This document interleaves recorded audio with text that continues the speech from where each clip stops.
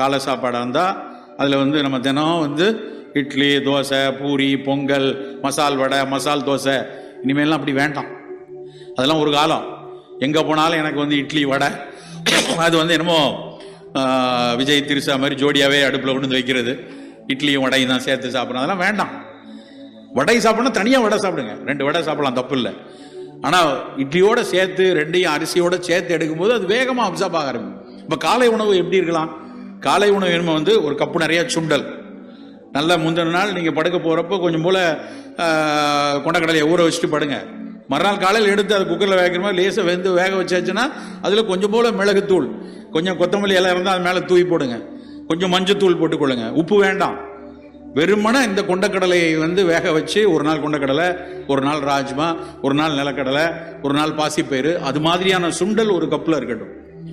எல்லா காய்கறிகளும் சேர்த்து அரைச்ச சூப் இல்லைன்னா ஸ்மூதி, அது மாதிரி ஒரு பெரிய கப்பில் வேக வைத்த காய்கறிகளினுடைய சாறை நம்ம எடுத்துக்கொள்ளலாம். நல்ல புரதம் வேணும். முட்டை சாப்பிட்றவங்க நல்ல 2 முட்டை ஆம்லெட்டாவோ முட்டையை வேக வச்சு எடுத்துக்கொள்ளும். இல்லை சார் நான் முட்டை சாப்பிட மாட்டேன், பன்னீர் சாப்பிட்லாம். நல்ல பால் பன்னீரோ இல்லை தோஃபுன்னு சொல்லக்கூடிய சோயா பன்னீரோ அந்த புரதத்துக்கு எடுத்துக்கொள்ளலாம். கொஞ்சம் 4 பாதாம் பருப்பு, நிலக்கடலை, இப்படித்தான் நம்ம காலை உணவு இருக்கணும். நான் ஒரு கூட்டத்தில் இப்படி நான் பேசிட்டு இருக்கேன், காலை உணவு இதெல்லாம் இருக்கணும்னே. சார் இதெல்லாம் சரி சார், இதெல்லாம் பிஃபோர் ஃபுட்டா ஆஃப்டர் ஃபுட்டாக கேட்குறாங்க. ஏன்னா அவங்க எல்லாருமே வந்து இதுக்கப்புறம் ஒரு 4 இட்லி, அதுக்கப்புறம் கொஞ்சம் பொங்கலும் சாம்பார் வச்சு சாப்பிட்டா தான் சாப்பிட்ட ஒரு ஃபீலிங் இருக்கும்ட்டு. அப்படி இருக்கக்கூடாது. காலை உணவு இது மட்டும்தான். பசிக்குமே, பசித்தால் நம் உடல் நலமாக இருக்குதுன்னு அர்த்தம். 11 மணிக்கு நம்ம போய் நம்ம பேக்கில் ஒரு கொய்யாப்பழமோ ஒரு ஆப்பிளோ ஏதோ ஒரு பழத்தை எடுத்து சென்று, வாழைப்பழம் வேண்டாம், சர்க்கரை இருக்குது ரத்த கொதிப்பு இருக்கிறவங்க வாழைப்பழம் வேண்டாம். இல்லை எனக்கு சர்க்கரை ரத்த கொதிப்புலாம் இல்லையா, வாழைப்பழம் சாப்பிடுங்க. நல்ல நேந்திரன் வாழை, செவ்வாழை, பச்சை வாழைப்பழம், ஏதோ ஒரு பழம் அதை வந்து எடுத்துக்கொள்ளலாம். சர்க்கரை இருப்பவர்கள் வாழை வேண்டாம், கொய்யாப்பழமோ ஆப்பிளோ ஏதாவது ஒரு பழத்துண்டுகளை எடுத்துக்கொள்ளணும். மதிய உணவு அப்படிங்கும்போது சோறு குறைவாக இருக்கட்டும். அந்த குறைவாக எடுக்கக்கூடிய சோறும் ஒன்று நல்ல சிகப்பரிசி, நல்ல மாப்பிள்ளை சம்பா, இல்லை கருப்பு கவுனி அரிசி. எதுக்காக திரும்ப திரும்ப மாப்பிள்ளை சம்பா கருப்பு கவுனியை சொல்லணும்னா அதனுடைய நிறம், அந்த நிறம் வந்து அதில் இருக்கக்கூடிய அந்த நிறம்ங்கிறது அந்த நிறமி சத்து, அந்த சிகப்பு நிறத்துக்கு பின்னாடி இருக்கக்கூடிய லைகோபீன், அந்த கருமை நிறம் உள்ள அந்த கருப்பு அரிசிக்கு பின்னாடி இருக்கக்கூடிய ஆந்தோசைனின், புற்றுநோய்களை எதிர்க்கக்கூடிய ஆற்றல் உள்ள சத்து. அந்த ரெண்டும் இன்னைக்கு பன்னீர் திராட்சை திண்டுக்கல் யூனிவர்சிட்டி இருக்காங்க, அவங்களுக்கு தெரியும். அந்த திண்டுக்கல்னுடைய பன்னீர் திராட்சை நம்ம எல்லாரும் ஏதோ விதையுள்ள திராட்சைன்னு ரொம்ப கீழே வைக்கிறோம். உண்மையிலேயே திராட்சையில மிகச்சிறப்பு பன்னீர் திராட்சை தான். ஏன்னா திராட்சையினுடைய விதை, திராட்சை மேல இருக்கிற தொலி, அதுல இருக்கக்கூடிய ரிசர்வட்டால் அப்படிங்கிற சத்து புற்று வரைக்கும் எதிர்க்கக்கூடியது. அந்த தொலிலையும் அந்த விதையிலையும் இருக்கு. நம்ம அதை தூக்கி தூர போட்டு எனக்கு கொட்டை இல்லாத திராட்சை இருக்குமா, அது green seedless grapes, black seedless கிரேப்ஸ்னு அந்த ஹைபிரிட் வெரைட்டிக்கு பின்னாடி போகிறோம். நான் பல நேரம் பார்ப்பேன், இந்த திண்டுக்கல் திராட்சைக்கு மட்டும் வெறும் 60 ரூபா தான் விலை, அதுக்கு 100 ரூபா. ஒரு குப்பையை 120 ரூபா கொடுத்து நம்ம வாங்குறோம். இதை வந்து கீழே தூக்கி வச்சிருவாங்க, மேலேயே அடுக்கி வைக்க மாட்டான், கீழே வைத்திருப்பார்கள் பழக்கடைகளில். உண்மையில் நம்ம மாற வேண்டும் நண்பர்களே. நம்ம பேசிக்கொண்டே இருக்கிறோம், மரபை பற்றி பேசுகிறோம், மரபை பற்றி படிக்கிறோம். நம்மாழ்வார் ஐயா மாதிரி அவங்க தொடர்ந்து பயணித்து சொல்லி தான் எங்களை போன்றவர்களை உருவாக்குறாங்க. ஆனால் இன்னும் மாற மாட்டேங்குது. இன்னுமே சில வேதனையாக இருக்கிறது. ஏன் இதற்கு விலை வர மாட்டேங்குது? ஏன் நெல்லிக்காய் வீட்டில் பழத்துக்கு வாங்கிட்டு போகிறோம்? அன்னைக்கு ஒரு வீட்டுக்கு நான் போகும்போது நல்ல ஒரு கூட நிறைய, ஒரு பெரிய பை நிறைய நெல்லிக்காய் வாங்கிட்டு போனேன். பழம் வாங்கிட்டு போகிறோம் இல்லையா, நெல்லிக்காய் வாங்கிட்டு போவோம். அந்த வீட்டில் அவங்க கேட்குறது, நெல்லிக்காயை வாங்கிட்டு வந்துருக்காங்க, இதுக்கு ஊறுகாய் போட வேணும். அவங்களுக்கு நெல்லிக்காய்னா ஊறுகாயை தவிர வேற ஒன்றும் தெரிய மாட்டேங்குது. நெல்லிக்காய் சாறை குடிக்கலாம், நெல்லிக்காய் சவைச்சு சாப்பிடலாம்.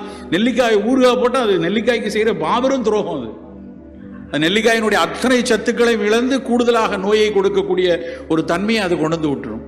நண்பர்களே, நம்முடைய மதிய உணவில் குறைவான சோறு, அது கருப்பு நிறத்தில் இருக்கக்கூடிய கவுனியோ சிகப்பரிசியோ வரகரிசி சோறோ, ஒவ்வை பாடிய விஷயம், வரகரிசியும் வழுதனங்காயும் உரமரவென புளித்த தயிரும் தா அப்படின்னு தனிப்பாடல சொல்லியிருக்காங்க. அவ்வளவு முக்கியமானது வரகரிசி சோறு. ஏன் வரகரிசினா அது அகைன் லோ கிளைசிமிக், கொஞ்சம் ஹை புரோட்டீன் உள்ளது. அப்படி வச்சுப்போம். நிறைய காய்கறிகள் இருக்கட்டும், அதில் கண்டிப்பாக கீரை இருக்கட்டும். நிறைய காய்கறி, கீரை, புலால் சாப்பிடும் பொழுது மீன்கள் முதலிடம் இருக்கட்டும். முதல்ல மீன், அதுக்கப்புறம் மட்டன், அதுக்கப்புறம் கோழி. கோழின்னு வரும்போது முதல் தேர்வா வந்து கருப்பு கோழி இருக்கட்டும். நல்ல கடக்நாத் கோழின்னு சொல்லுவாங்க, காங்கேயத்திலிருந்து வரக்கூடிய, அதை பயன்படுத்தலாம். உணவில் மிக மிக அக்கறையா இருக்கணும். நம்ம சாப்பிடக்கூடிய உணவு தான் அடுத்த டிரான்ஸ்ஃபர். ஏன்னா தினம் தினம் செய்யக்கூடிய விஷயம். நம்ம அப்பா அம்மாவுக்கு சர்க்கரை இருக்கு, எனக்கு வரக்கூடாது என்றால் ஆரம்பத்திலிருந்தே இந்த ஒரு பயன்பாடு.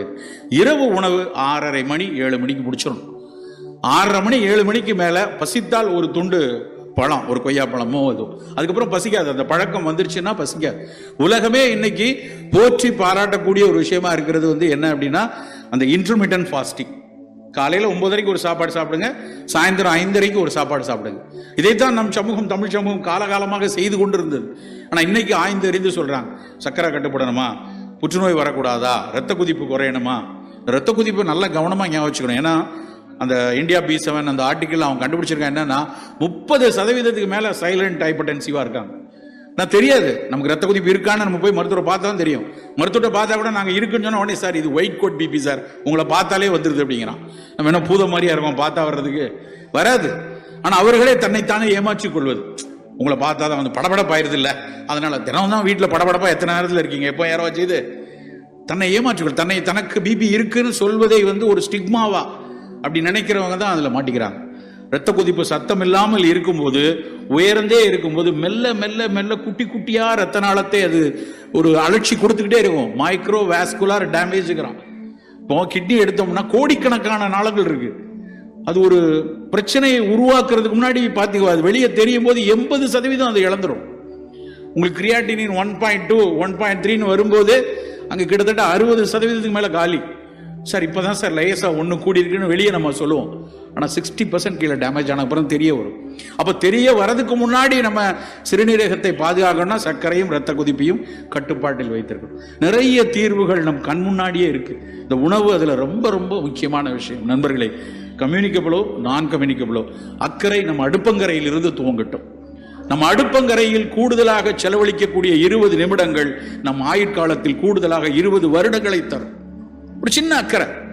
நான் இதுல இன்னைக்கு இதை கொஞ்சம் சேர்த்துக்கிறேன், நீ கொஞ்சம் வெந்தயம் நிறைய எடுத்துக்கொள்றேன், கருஞ்சீரகம் கொஞ்சம் எடுத்துக்கிறேன், கொஞ்சம் ஓமத்தூள் எல்லாத்திலையும் போட்டுக்கிறேன், சிறிய வெங்காயத்தில் தயிர் பச்சடி செய்து சாப்பிட்றேன். இதுக்கெல்லாம் என்ன பெரிய ஃபுட் அண்ட் நியூட்ரிஷன் படிச்சுட்டா வரணும்? எல்லா உணவுகளையும் ஏதோ ஒரு சின்ன சின்ன ஒரு அக்கறைகள் இருக்கு. அதுக்கு பின்னாடி ஒரு சிறிய வெங்காயத்துல எவ்வளவு ஃபினாலிக் காம்பவுண்ட் இருக்கு. சின்ன வெங்காயம் பண்ணும்போது மேல இருக்கிற அந்த ஒட்டி இருக்கிற தொலியை மட்டும் லேசா ஊதிருங்க. அதை போட்டு மேல இருக்கிறது எல்லாத்தையும் சிதைச்சிட்டீங்கன்னா பல சத்து போயிடும். சிறிய வெங்காயத்தினுடைய தொலியோடு சேர்த்து வேக வைக்கலாம், தப்பு இல்லை. எந்த அளவுக்கு மேல் தோல்ல தான் அதுல ஃபினாலிக் காம்பவுண்ட் நிறைய இருக்கு. அதை நம்ம பயன்படுத்த தயிர் பச்சடினா சிறிய வெங்காயத்தை பயன்படுத்துவோம். நம்ம வெட்டுறதுக்கு ஈஸியா இருக்குன்னு பெரிய வெங்காயத்தை போடுறோம். கிடையாது, சின்ன வெங்காயம் தான். பெரிய வெங்காயத்துக்கு பல்லாரிக்கும் இதுக்கும் கம்பேர் பண்ணி பார்த்தா கிட்டத்தட்ட 20,000 மடங்கு ஃபீனால்ஸ் காம்பவுண்டு சின்ன வெங்காயத்தில் அதிகமா இருக்கு. அப்ப ஏன் சிறிய வெங்காயத்தை நம்ம பயன்படுத்தக்கூடாது? வெந்தயம் கரையிற நார் கரையாத நார் ரெண்டும் அதிகமா, சாலிபிள் ஃபைபர் இன்சாலிபிள் ஃபைபர் ரெண்டும் அதிகமா இருக்கிறது வெந்தயம். அப்போ வெந்தய பொடியை வெந்தயம் ஊற வச்சு எடுப்பீங்களா, பொடி பண்ணி சாப்பிடுவீங்களா, ஏதோ ஒரு வகையில தினசரி சாப்பிட வேண்டிய ஒரு விஷயம். சீரகத்தண்டி, கருஞ்சீரகத்தை பத்தி இஸ்லாத்துல பெரிய அளவுல சொல்லியிருக்காங்க. மரணத்தை தவிர அத்தனையும் தீர்க்கக்கூடிய நோய் அப்படி, அவ்வளவு முக்கியமான ஒரு கருஞ்சீரகம். அப்ப அந்த கருஞ்சீரகத்தை நீங்க இன்னைக்கு பல நிறுவனங்கள் அதுல ஆராய்ச்சி பண்ணிட்டு இருக்காங்க. உலகம் முழுக்க அதுல இருந்து எடுக்கக்கூடிய எண்ணெயில தைமோகுயினோன் அப்படின்னு ஒரு கண்டென்ட் இருக்கு. நான் சும்மா விளையாட்டெல்லாம் பேசிட்டு போல, அறிவியல் ஆய்வுகள்ல அந்த தைமோகுயினோன் புற்றுநோயை தடுப்பதற்கு எப்படி உதவுது, குறிப்பா பெண்களுக்கு வரக்கூடிய ட்ரிபிள் நெகட்டிவ் பிரஸ்ட் கேன்சர்ஸ்ல அது எப்படி பயன்படுதுன்னு ஆராய்ச்சி செய்து கொண்டிருக்கிறார். என்னைக்கோ ஒரு நாள் அது மருந்தா வரும். அந்த தைமோகைனோன்ல இருந்து பிரிச்சு அதுல இருந்து ஃபிராக்ஷனலைஸ் பண்ணி ஒரு சின்ன டிராப் ஆயில் டிராப் மாதிரி போட்டு ஒரு மாத்திரை 1000 ரூபாய் 2000 ரூபான்னு வரும். அப்போ வாங்குவோம். ஆனா இன்னைக்கு நம்ம கிட்ட இருக்கிற கையில இருக்கிற ஒரு உணவு அந்த வெந்தயம், கருஞ்சீரகம், ஓமம். நண்பர்களே, நம் அக்கறைகள் நம் அடுப்பங்கரையில, நம் சமையல் பட்டியில, நம் மூதாதையர் சொல்லி சென்ற அறிவுல அதில் தான் இருக்கு. சிறிய மெனக்கடும் சிறிதான அக்கறையும் நலமாக இருக்க வேண்டும். அதற்கு இருப்பதற்கான அத்தனை விஷயங்களையும் சிறுவயதிலிருந்தே நான் எடுத்துக்கொண்டு வருவோம் என்பது மட்டும்தான் நம் முன்னாடி நிற்கக்கூடிய அத்தனை சவால்களிலிருந்தும் வெளிப்படுவதற்கான ஒரே வழி.